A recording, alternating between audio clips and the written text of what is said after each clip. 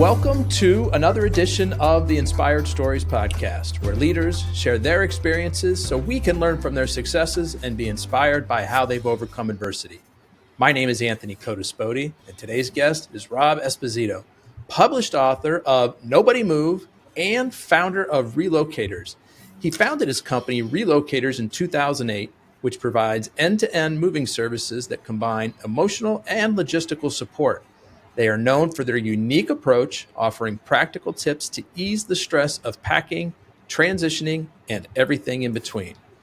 Rob brings a rich background in the moving industry, holding a bachelor's degree in human resource management. Now, Rob is a second-time guest here on the show. When you're done listening to this episode, I highly recommend you check out his original interview. We invited him back because he has some crazy stories to share about his book deal unfolded and the wild ride he's been on since its release. The book is called Nobody Move Without Reading This, which gained attention for its helpful strategies and real-life stories. He hosted a gala to launch the book, drawing industry experts and clients from around the region. Recognized as a leader in moving and estate sales services, Robert's passion for helping people navigate big life transitions shines in all he does. Over the years, he has worked tirelessly to ensure every client receives personal attention and reliable guidance. Now, before we get into all that good stuff, today's episode is brought to you by my company, Add Back Benefits Agency, where we offer very specific and unique employee benefits that are both great for your team and fiscally optimized for your bottom line. One recent client was able to add over $900 per employee per year in extra cash flow by implementing one of our innovative programs. Results vary for each company, and some organizations may not be eligible. To find out if your company qualifies, contact us today at addbackbenefitsagency.com. All right, back to our guest today, the president of Relocators and published author of Nobody Move Without Reading This, Rob Esposito. I appreciate you making the time to share your story today. I appreciate you welcoming me again, Anthony, and it's always a great pleasure to talk to you. All right. Okay, so Rob, I want to spend most of our time talking about the book, but for those who haven't heard your first interview, let's give sort of the quick version of how Relocators came to be and what it is that you guys do there. Okay. Yeah, so Relocators is at its most basic level, it's a moving company, but we're much more than that. We try to pride ourselves on being a home transition company, meaning my mother owned an estate sale when I was growing up, and I saw helping her that the industry was fragmented, and I tried to provide an end-to-end service. So what we do is moving, clean outs, estate sales, online auctions. Now we do restoration pack outs, which is another level of stressful moving that we try to cater to. And we do out-of-state moving as well. And we try to be one call to handle like the entire transition out of a house. So restoration pack outs, that is somebody's house is flooded or mold damage or something, you got to clear everything out so it can be cleaned. Exactly. Fire, water, puffbacks, things like that. Okay. So one of your core values is making homes closing ready. Can you talk more about that? How you ensure that your team remains focused on that goal from that first consultation all the way through that final walkthrough? Yes. So from the first consultation, what we do is try to give you a game plan on what the steps will be to transition, and everyone is different. We have like what we call the reload roadmap, where we try to, align which services you need at which time. Obviously, in a perfect world, things should be done in a certain order, but it's not a perfect world. So we try to adapt to what your needs are. And as we go through the process, we try to save you as much money on each level of service as possible. And money might also be the emotional stress and toll it puts on you, so we try to weigh that with you. And then at the end, we do a clean out, which, donates all the donation stuff in your home, gets you a tax receipt, and allows the house to be broom swept and what we call walkthrough ready. Basically, if you took the entire property, turned it upside down, whatever falls out should be organic only, like, firewood in the back. Anything that's not organic should be gone, unless it's something like skylight tools or something for the house that's supposed to be left in the house, but nothing should be loose. And before we met, Rob, I didn't realize that there were companies that do such an end-to-end service. We had to clean out my grandparents' house a few years ago, and there was a lot of work that my family and I had to do ourselves, in addition to the estate sale company and the moving company and all of that. What you're talking about sounds like a one of those Staples easy buttons, like just Yeah, one it's a call great and it all analogy. gets taken care of. I wish it were that easy, but yes, that's what we try to strive to be. It's that easy for the Yeah. customer Yes. because we push that button, we call relocators, and you guys take care of all that from top to That's bottom. exactly who we try to be. Yeah. Yep. Okay, so you've been in the industry over 17 years. What Yes. what was an experience along the way that gave you the idea to write this book? The idea to write the book it came from a speaking event I did, and I saw how like the emotional factors that go into transitioning out of a home are the real crux of the issue. Whereas when I started out, seeing that the industry was fragmented, I thought was the real issue, which it is a major issue, but it's so much deeper than that. And the actual logistical transition, that's where we focus the stress, but it's not really the stress. The stress is the entire way. Like, and what I say now is the stress is from when your last child leaves for college and you think your house might be too big. All the way through months and years, you decide to make the move, the logistical move, and then months or years later till like you're settled with the right barbershop and beauty parlor. Like that's the stress. And I think that's what we're talking about when we talk about the stress of transitioning. It's knowing that you're, settled and solid. And If that so makes sense. it does make sense, but it's interesting to me that somebody who's got a business of moving stuff for people would get to understand that level of the sort of the psychology of everything that's going on before and after the fact. I mean, you must really get to know your clients pretty well. Yes, I've always been like a super, human condition observer, and I've always, paid very close attention, like a people watcher almost.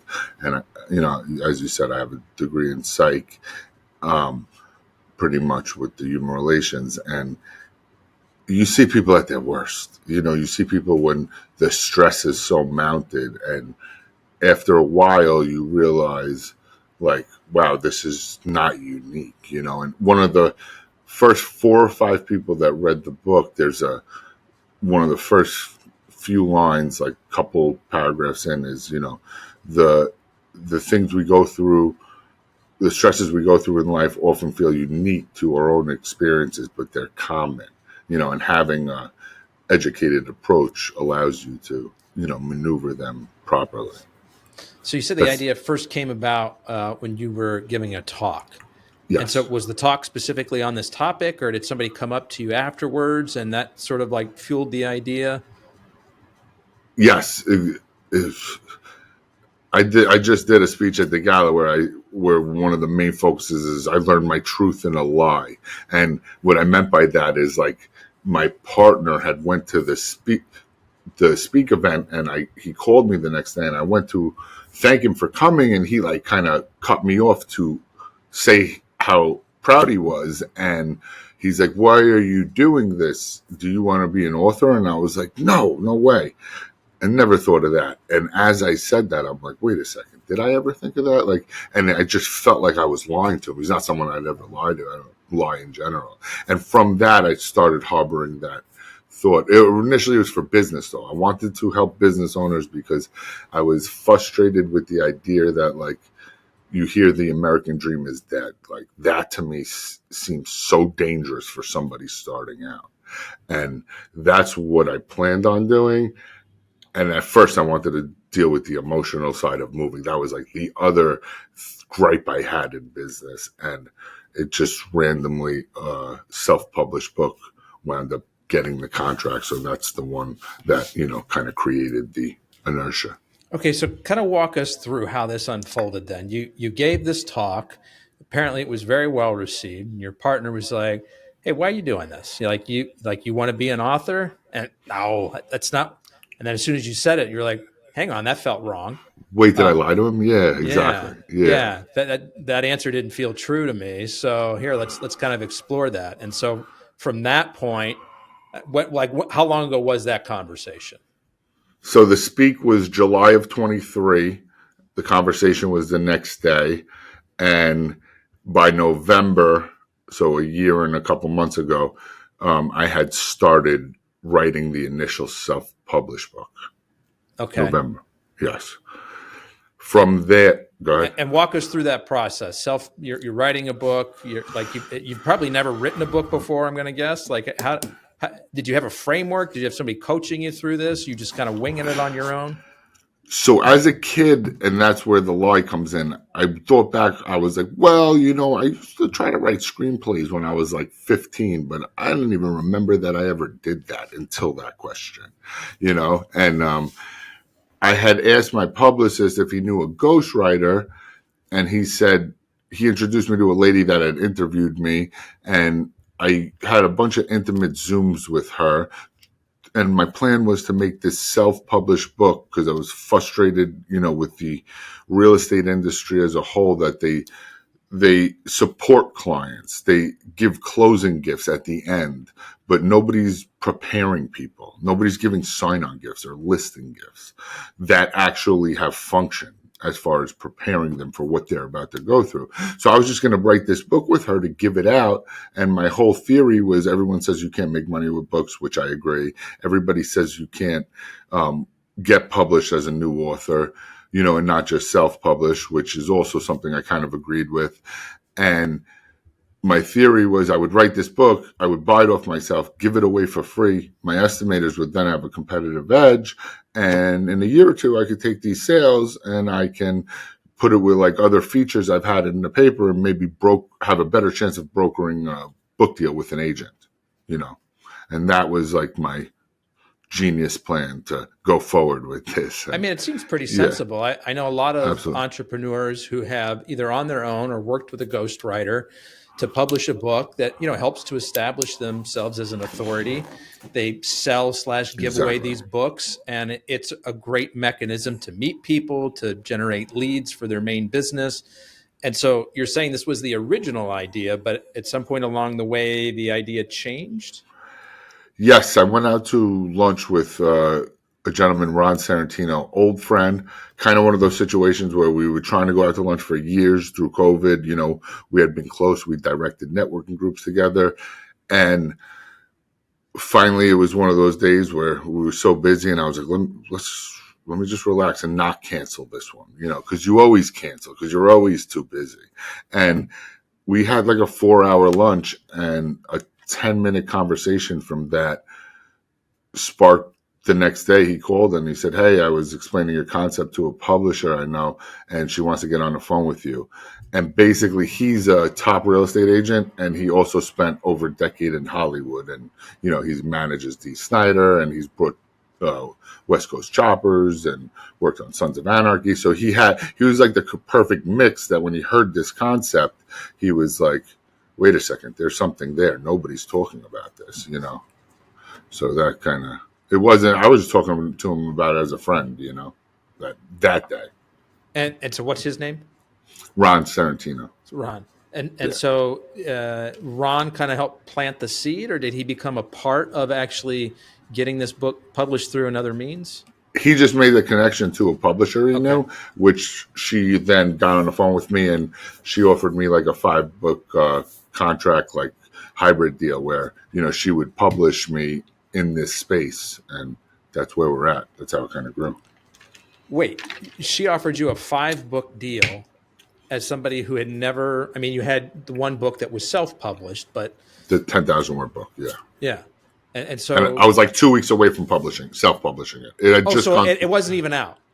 No, it was in the first round of 3 rounds of editing from an online website.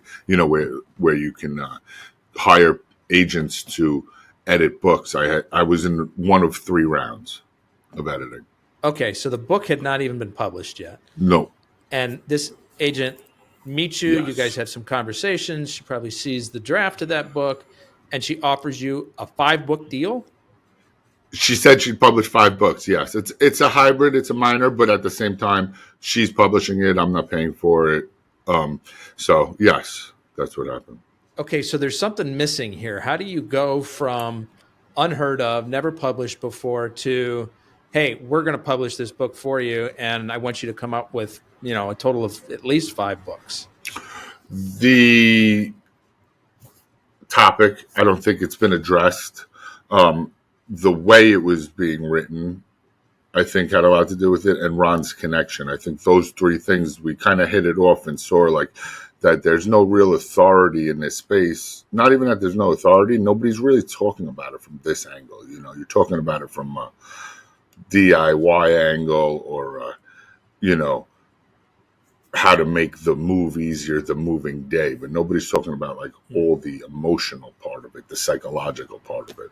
And so from there, I actually, on my own, spent a lot of money. I hired a British scholar to be my ghostwriter to bring it from 10 to 80,000 words, which I went to hand it in 3 months later, and it was unrecognizable. It was out of voice. I wound up pretty much tossing it and rewriting the entire thing in 6 weeks by myself, all Wow. 80,000 words. And from there, that's when I hit. That's when I hit a groove. I created this structure where it's like the horror story, the advice, the real world hacks, the conclusion, pulled in an expert or a celebrity expert or a celebrity with experience that I had previously moved as a feature, and we did that for like 20 chapters. I did that for like 20 chapters. We created like over 50 memes, which the memes are so cool. Like they're super like comical, and just the whole way it's written. I can say now with confidence, like the reviews that have come back, like from journals or writers, they've loved this style because it's a really cool, like broken up style of writing. It's easy for people to read and digest. I mean, we've got short attention spans, and so Exactly. it can't just be Yeah. like pages and pages and pages of text with nothing to kind of break it up. Exactly. You kind of look for you're going through it. You hear this horror story. You love this story. You hear my spin on it, and whether you read the hacks or not, it doesn't matter because that's more utility. And then from there, you're excited for the next horror story. And it does that like for over 20 chapters, 19 chapters, but then a bunch, prologue, epilogue, overarching stuff. So it's pretty cool. So I've worked with some copywriters and different projects in the past, and even when I end up changing, a fair bit of the content, for me, anyways, it's been helpful to have that starting point of something to work from and edit. Was that still the case with you when you got that 80,000 words back, or was it so off that you just had to completely throw it out the window? It was 100% both. And what I mean by that is I removed like probably 20 to 30,000 appendices completely that we had added, which were super researchy. I removed a lot of other words as well, but I had the basis to just rewrite. So every single section, I basically took it, rewrote it, put it back in. And I just did that the entire way. Okay. And so July 2023 was when this speech happened, conversation with your partner, you realized, hey, maybe this is something I want to do. November of 2023, you're pretty close to being ready to self-publish this book. And then you meet with your friend who introduces you to this agent. You realize you're going to take a different path. You hire the ghostwriter. Take you from 10,000 to 80,000 words. Then you end up rewriting it because the voice is wrong and it just doesn't, the layout isn't correct. It's not what you want. So you get that tweaked. You get that completely in your voice and the way that you want it. That process took 6 weeks. So where are we in the timeline now? So the November was when I hired the first ghostwriter, and we did like 6 months of very intimate Zooms, which brings us to April. So now we're in July. I handed it in the very end of July, and I had started writing it from the initial supposed hand in middle of June. So those 6 weeks over the summer. Okay. And so then from June of 24 until we're recording this middle of February 2025, walk us through some of the other steps that have happened in between. So you hand this back into your new agent. You're like, hey, here's the product that I want to go forward with, and they say what? So initially, when I told her I didn't like it, I was panicking. I thought it had to be handed in, and she corrected me that it was a timeline and not a contractual due date, which I didn't really understand at the time. So when she said that, she was pretty much like, listen, she had read the same story twice, the way it was and the way it was rewritten. And she was like, Rob, this isn't apples to oranges. This is like apples to like cheesesteaks. Like they don't compare. And those were like her exact words, pretty much. And she was, take as much time as you want. There's no time limit on art. And that's where like we created all these memes in-house. I have a graphic designer that works for me, and every whim I had and every idea, he put these like amazing touches on and created, this awesome way of like putting it in art after I'm telling certain things. And I actually got a call over the summer from Dee Schneider, who is Ron's manager for 20 years. And ironically, Ron did not refer me to Dee, which is crazy. And you wind up reading about it because I asked him for a feature, and it only made sense to. I had asked Snooki for a feature. I moved her. I asked Lee Zeldin for a feature.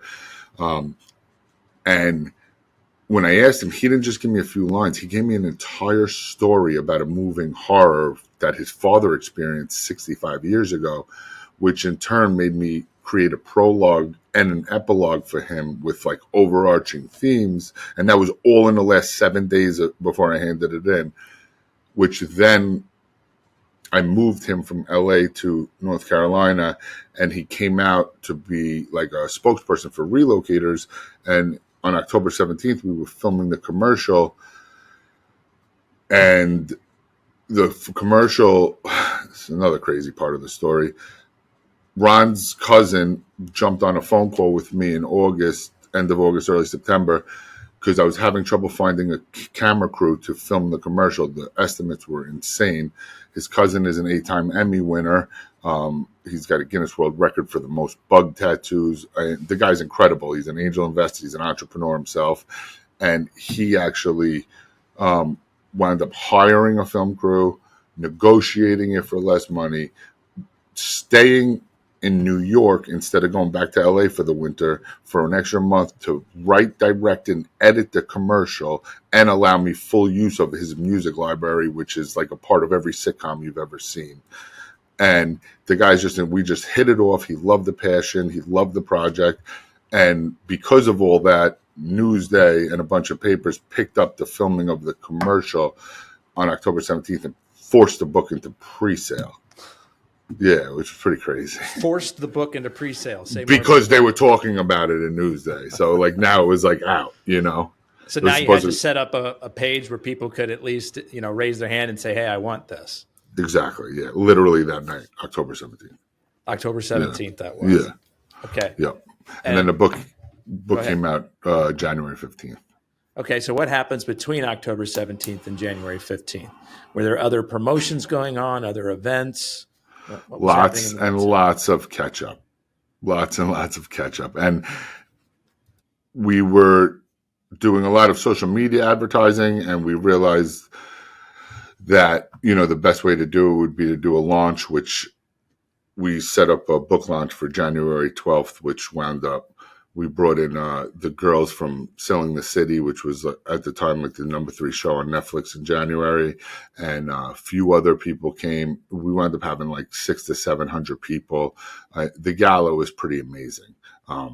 We did a whole like live show with a forum with the Netflix girls and a forum with us about the commercial. We premiered the Dee Schneider commercial, which it still is. It'll be released March 3rd, but we only showed it to people at the gala, and it's pretty cool because like the filming of the commercial for the book made all the papers, and the gala was on the news all day the next day. Channel 12 played it the entire day. So it was pretty cool to see like the party made the evening news and the commercial made the paper. Like, so the book wasn't even out yet. I mean, that's a big event to pull together 600 or 700 people, all the press, all the celebrities, the planning to, show the commercial there and everything in between. Like who helped you with that? Honestly, my staff the most. It was really done in-house. There was the tent rental company is a best friend of mine, a lifelong friend. And although he don't do party planning, he was a huge part of it with me. They're Magnifitent. They do like high-end wedding tents and stuff. And I think it was more me pushing him to like, hey, we could do this together. And Vincent's, my partner's restaurant, they really helped out with the food and all that. But we had some great we had DJ Cristoval, which is like an international female DJ. And we had a lot of great vendors helping us out. But it was entirely done in-house. We designed it too, and the design of it was incredible. It was the burning of Alexandria was the theme, which everyone was like, I don't understand where you're going with this. And the whole concept was like the loss of knowledge, like the human symbol of lost knowledge. And the theme just, everyone wore black and, with everything going on with Diddy and the white parties, it really was like almost comical in some ways, like it was a black party, but everybody looked outstanding and the design was pretty incredible. So the burning of Alexandria, the huge library resource that was lost hundreds of years ago. And so the point that you were trying to make with that theme is we don't want to lose this knowledge. Like, how can we kind of hold on to our knowledge that we've accumulated? Yes, exactly. So like we actually burned samples of the books during my speech at the end, which played on major video walls. And then as I ended and start talking about lines in the book or talking about or reciting stuff from the book, it burns backwards to whole. So it was a pretty cool effect. Yeah. Then like people that were in the book or were mentioned all wore a piece of red. So you'll see a sea of black, but you'll see like a red pocket, whatever, with your suit or a red tie or red shoes or something like that. So it was pretty cool. So why was the local news covering this? Because all the celebrities, because you're kind of a big deal there locally, or what was it? I think all, the Netflix people, it was, 600-700. I gotta say that I didn't know until the next day that like what I was doing with the party. Like maybe it was ignorance or, like dumb luck, but like I didn't realize like how big of a deal it was. I might be most proud of that party of anything I've done. Like I feel pride of that, and I don't usually. Like the feedback I got from people and people in the event industry who are like, hey, the top people, they max out at $350 for a bar mitzvah in a hall. You put 650 people through a tent in 20-degree weather. Like that doesn't happen. I didn't realize that didn't register to me. So thank God, because I might not have done it. You knew what you were getting into. Yeah, exactly. So, okay. So that's pretty impressive. Now you've got even more attention for the book. Now, so what is the plan with the book going forward? What do you want to do with this? It seems like you've shifted away from this idea of like it's just this lead gen mechanism for you.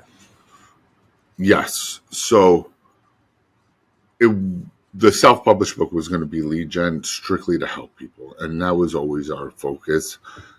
Now, because of, it's almost like the universe responded, and now it becomes obligatory to really do something about it, do something with it. And that's kind of the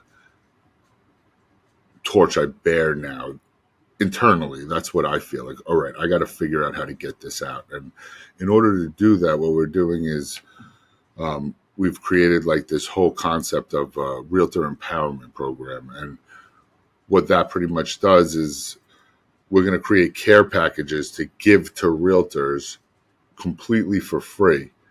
And what we were doing prior is realtors were able to buy 50 packs of the book and customize the first page to put their headshot and a personalized message to give as sign-on or listing gifts. And we sold about 9 or 11 of them in pre-sales, a couple therapists, a couple mortgage bankers, a few realtors, a restoration company. And what they're doing is they're handing them out to prepare people. And we realize, although the book is the value, we need a pretty package to put it in. And what we're about to launch is these care packages, which will be funded by the other referral sources in the book, meaning like a realtor can pick their personal network, and a mortgage person can be on page 3 and a title on page 4 and a mover on page 5. And that's how the book will be funded. It'll be free for the realtor, and you create this safe network for people of referral sources for what they need at this point. And you give the client this added value, which gives you a competitive edge on a listing appointment, as well as like signing on and showing the customer that, hey, you're here to prepare them for what they're about to go through. Do you have a one of these care packages we could take a look at? Sure, I have it. Let me see if I understood correctly what you're doing. So these are books that you're not printing a million copies all at once. You're taking pre-orders and you're allowing your clients to customize parts of the content so that some of the relevant resources that you want to refer people to are specific to that geography. So they're very helpful to the person in Poughkeepsie that is reading that book and moving from that location. They can say, oh, here's somebody I can call for this service and that service. Am I understanding that correctly? Yes, and this is the care package. What it'll have is the book, which has customized first 5 pages, the realtor, whichever 3 or 4 or more vendors in their network that they choose to purchase the next few pages off of, and they can then refer it. It's like basically saying to an industry or me as a mover, hey, for X amount of dollars, I'm going to hand your flyer, your most trusted referral source will hand your flyer to your client at the time they need you. And we're also providing this client immense value together. And the care package will come with like color-coded stickers, which save hundreds, if not thousands, on a move, a post-move punch list, a moving to-do list, a journal for memories, a bookmark, and it'll be like a nice offering, of course, along with the book. I'll show you a picture of like the back just to give you an idea of where like our This isn't heads just a are. book. It's a how-to guide on, hey, I'm getting ready to move. What do I need to do? Exactly. And this is the back cover of the book. The front would be a picture of the book and a picture with whatever marketing that the realtor wants on half the front. And the back is, it says like care package to junk drawer, because hire a mover who understands that the junk box containing old movie stubs from a first date may be more valuable than your jewelry box. It's like one of the quotes in the book. And so the realtor is getting these care packages paid for by the suppliers that are being referenced in the customized portion of the book. Exactly. So they all pool their money to get it, give it to the realtor, who's pretty much 9 times out of 10 the direct first contact between the client and now the client. And now they have this safe network of people who they can, utilize based on the realtor's recommendation of the people in the book. How did that idea come about? A lot of my good ideas I kind of borrow from a different industry or something that somebody else has been doing. Where did you see this kind of being done? See it, we didn't. So it was a mixture of a couple things. This is the Nobody Move website, and you can see, people that had purchased the first page. It kind of looks like that. And when we did the gala, there was a lot of sponsors who then we put them in a special gala edition book. This is pictures from the gala. Mm-hmm. And what happened was the people at the gala all just came up to us all night like, hey, we need to be in the book. How did you do this? How come we didn't know? Everybody knew. That's the funny thing. Of course, everybody knew about the sponsorship, but until they saw it for the first time, they didn't buy into it. So from there, we were like playing with ideas of how do we make it just, because at the time it was just a realtor or just a mortgage banker or just a one person who bought them. Mm-hmm. And we're like, how do we do this on a bigger scale? And it kind of married all the ideas together. So it's pretty cool. And so what has the response been from the realtor industry as they are starting to hear about this? You're number one. It's not. We're pre-launch right now. Yes, we're pre-launch right now. Okay. So we're selling a 50-pack still, and we're kind of telling people, and they get it, but we don't have prototypes, so we're keeping it like very low key. Okay. So is there pricing set yet? Is there an order page for people? Like, if people who hear this or watch this, how do they raise their hand and say, I want more info? So there's Zoom links that can be set up, and we have a calendar. There is a pricing page, and we have a primary and secondary referral partners. But what we do is we go through it with them, and they can email robert@usrelocators.com to set up a Zoom link, and we'll attach a calendar and we'll explain the whole process to them. Right now, what we're doing is we're capturing anybody who buys the original 50-pack that we're offering, and we're telling them that this is coming out and to hold off a bit and explaining it to them. And then once we have an actual prototype the end of this week, that's when we're going to start, offering it to them live. So by the time people hear this episode, we're recording this on February 18th, 2025. It takes about 4 or 5 weeks to come out. So by the time this is out, just be launched. Just be launched. Yes. And so what was the different pricing there? I saw primary versus secondary. What does that mean? Yeah. So basically what we tried to do is make it for a primary, which are the people that are guaranteed services needed with the purchase or sale of a home. It's $30 per lead, so $30 per book, and it's $1,500 for a full page, like a full page 3 or a full page 4, and that breaks down into $30 per lead. And then for the secondaries, it's a third of the price. It's $10, and you get a half page. Those are all the industries that a homeowner might need, but it's not necessarily advantageous for them with the buying or selling of the home, like a pool guy or roofer or carpenter, things of that nature. Okay, so I'm starting to wrap my head around this model, Rob, and I got to tell you, it sounds kind of genius. Like my brain's already working. Like, what other industries could people do a similar type of concept in? Because I mean, let's face it. Advertising, it works. It's expensive. It's hard to measure. The avenues that have worked in the past continue to become more expensive. And I mean, what you're describing here is, on the surface anyways, it seems like a pretty brilliant way to get in front of people at the time that they most need your services, and to do it in a way that feels like an authentic referral. Not just, I got this random mailer. I don't know who this person is. I don't know how they came to me. I don't know anything about them. But now my realtor gave me this book and I need services X, Y, and Z. And my realtor is saying, hey, these are people that I know and I vetted. Yes. And Anthony, the crazy part about it is, it's funny you say that too, because the first few people I called were like very prominent real estate educators that I know. And I was like, basically called them to my office like it was like, the underground basement of Apple. And I'm like, break this for me, please? Explain to me why this doesn't work. And like they were like, just I'm like, I know I'm not that smart. I have no idea. And I'm like, can you break this? And like we played with certain tweaks, but I'm hoping that's the effect it has, if for nothing else than to really force the industry into helping clients. And that's the main focus. It's always been the main focus.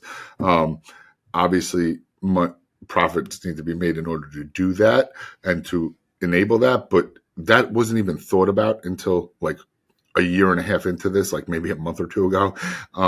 So the concept, there's also a third tier to this of like national solar companies or Home Depot or Lowe's or major brands who can, latch on and say, hey, we're going to take every page 9 for every custom copy nationwide. So like that's hopefully where we get to. And at that point, we can probably make it even more lucrative to the people in the industry, the mom and pop people that'll be handing it out. And so what's going to be the minimum purchase amount? Is it 50 books? That's publisher. Yeah. That's got nothing to do with us. In order to customize a book, we need to order 50. You need 50. Yeah. Then that was like driving to Maryland and begging, it was a big because that's deal. a small run. Yeah. Right? That's a really small run when it comes to publishing. So obviously these books are being digitally published. Yeah. Printed. Yeah.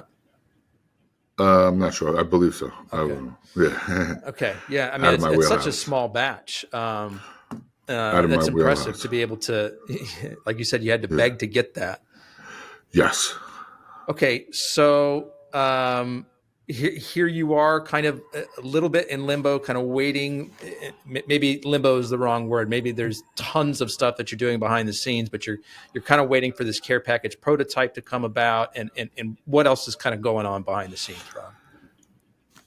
Pretty much that. We're doing a lot of social media advertising. We're doing a lot of networking, a lot of speaking ever since the gala speech and the gala event. I've been doing a lot of, like realtor speaking and live speaking, but mostly just talking about, the book and what the plan is for it prior to the care package plan, like the customizable plan. And we started a book club, which it actually going to be the first one tomorrow. It's a Zoom that's open nationally, and we can see it developing into something that's more like a CE credit or where realtors can actually come to get credits. But right now it's strictly like pay it forward education, help people with what their clients are probably going through. And basically we want to be able to say like, hey, what we tell you if you're liquidating a house for yourself, a child at home, if your parent dies, is going to be different than what we tell you if you're liquidating a house for what your husband parent dies, and like what factors you're going to feel different about those two scenarios, even though they're the same scenario.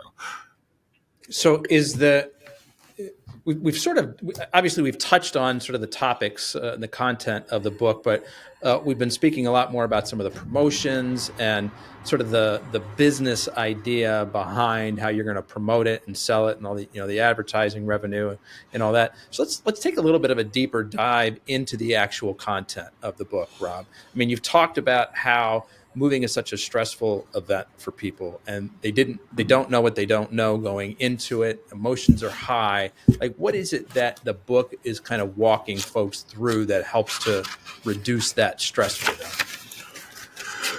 The book explains to you like the idea, and I'll just show you a couple instances right here in the beginning, like right when it opens up, and these are the memes. Like that meme is, where else do strangers come and take everything out of your house? I could think of 3: criminals, the feds, and moving. Like, where, like, it doesn't really happen. But when you go to move, you don't think about like hiring some, high educated people. You think of it more like DIY, like rent a truck, kind of can do it yourself maybe. Like your roofer or your deck builder is never going to go through your private intimate drawer. And that's what kind of makes it different. And the entire book is like that model, kind of explaining those different psychological perspectives, it goes through each topic: moving with pets, moving international, local moving, preparing to hire a mover. And it breaks down why an estimate for moving is different than like, hey, we're going to build a deck or we're going to build you a roof. With a roofer, it's this many squares, it's set. The only differential is how much plywood is rotted underneath. I just know that I have a couple best friends who own roofing companies. But with moving, like, we don't know the second location 90% of the time. And a lot of times people don't explain it correctly, and they don't even know if, hey, the building they're going into, hey, the elevator's right there, but wait, the mover has to do 3 laps around, go underneath, and then come up, to a special elevator that no one knows about.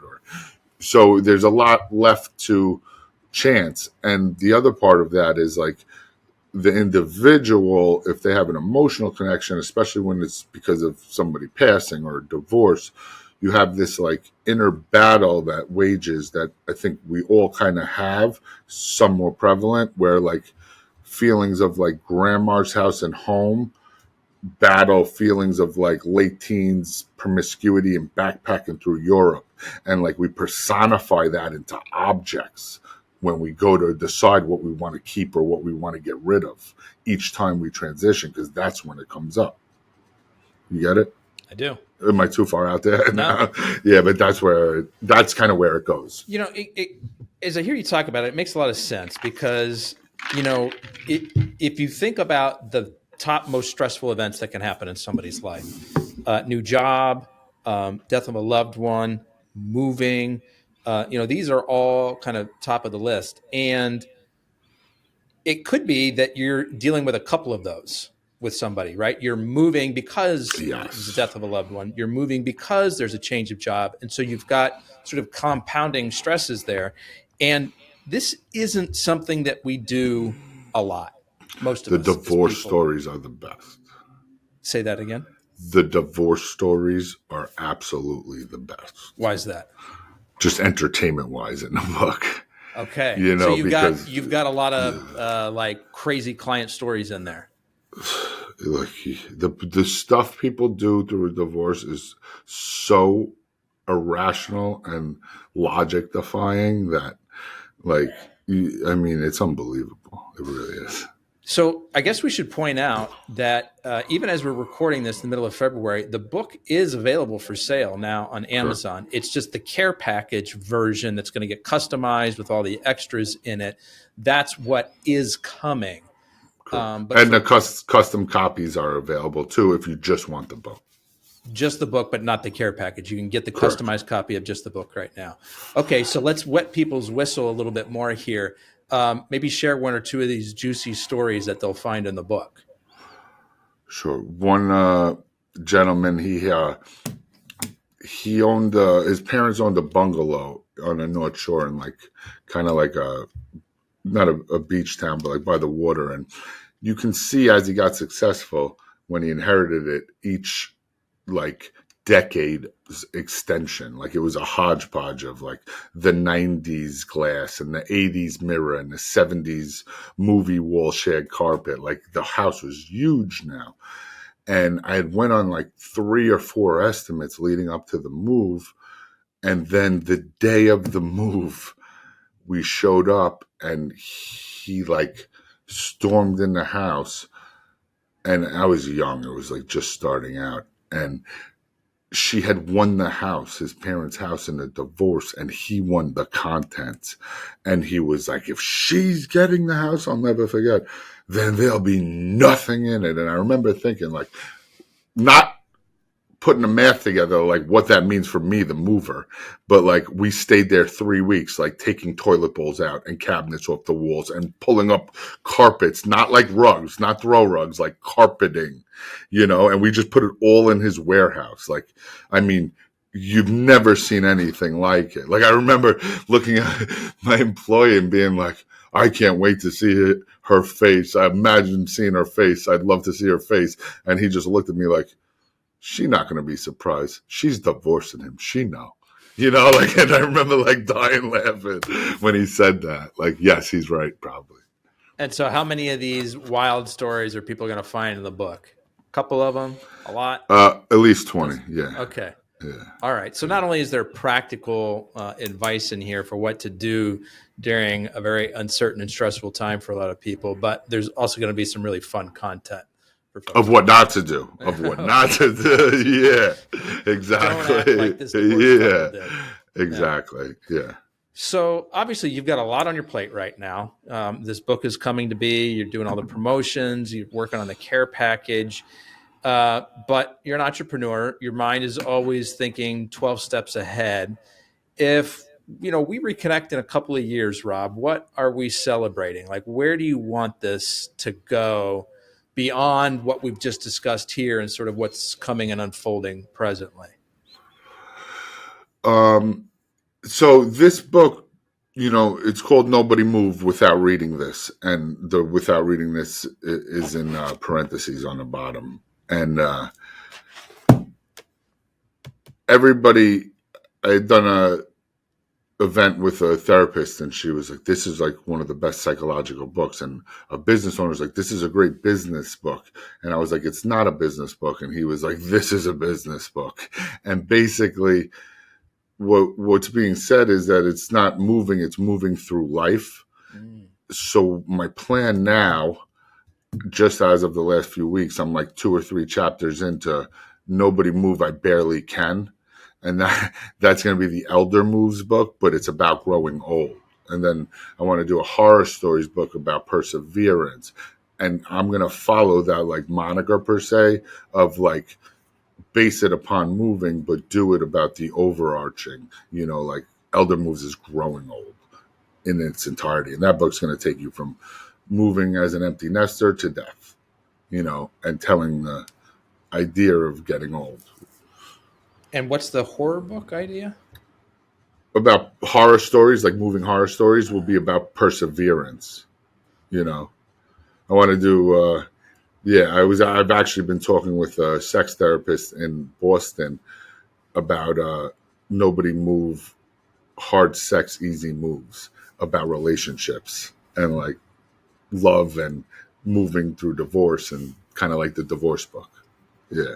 And so, do you intend to follow kind of the same business model with each of those books where there's a therapist or some other business person that is buying a chunk of these books and customizing them with their referral sources? Exactly. Assisted livings, estate sales, things of that nature. And exactly. Go right down that line.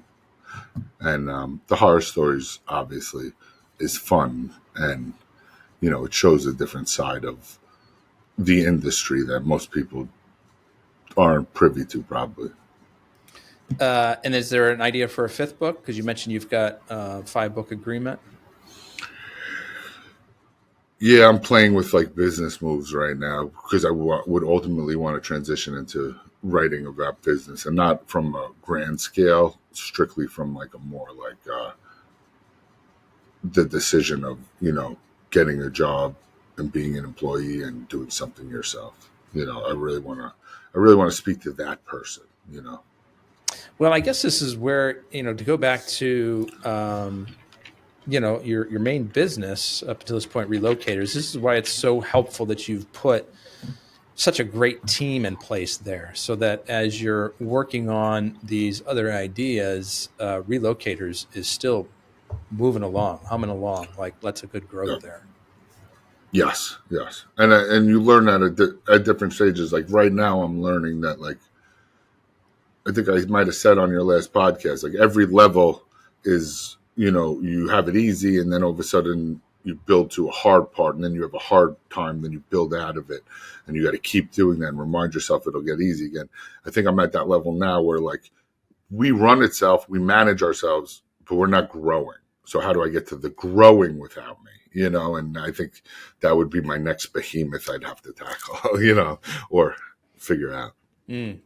As you kind of look back over what's taken place in the past, not quite 2 years, since the idea sort of first hatched, do you just kind of like pinch yourself sometimes and like, is this all really happening?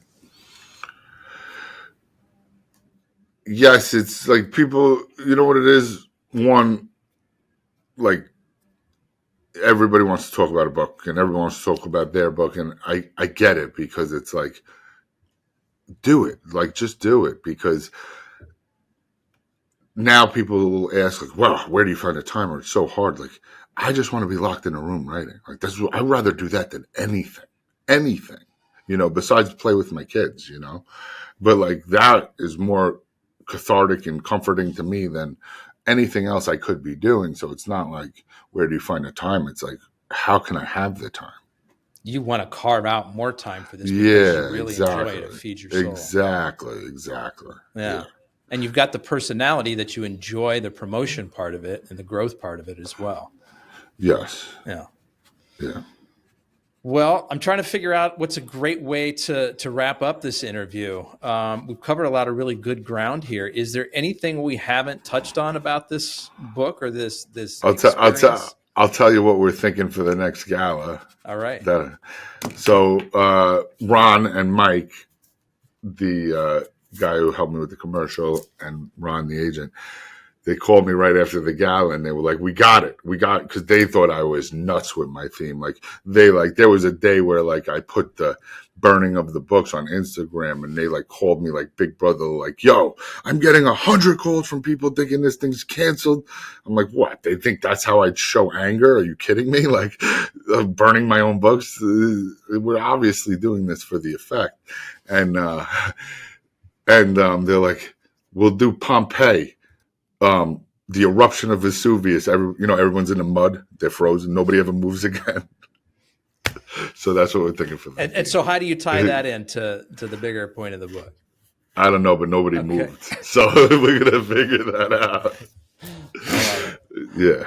All right, Rob. Well, once again, I want to thank you for sharing both your time and your story with us today. It's been a lot of fun to hear what you've been up to since our last call, and can't wait to reconnect in the future and see how all this is unfolding, because it seems like a pretty bright future. Awesome. Thanks, Anthony. I appreciate it. Folks, that's a wrap on another episode of the Inspired Stories Podcast. Thanks for learning with Rob and I today.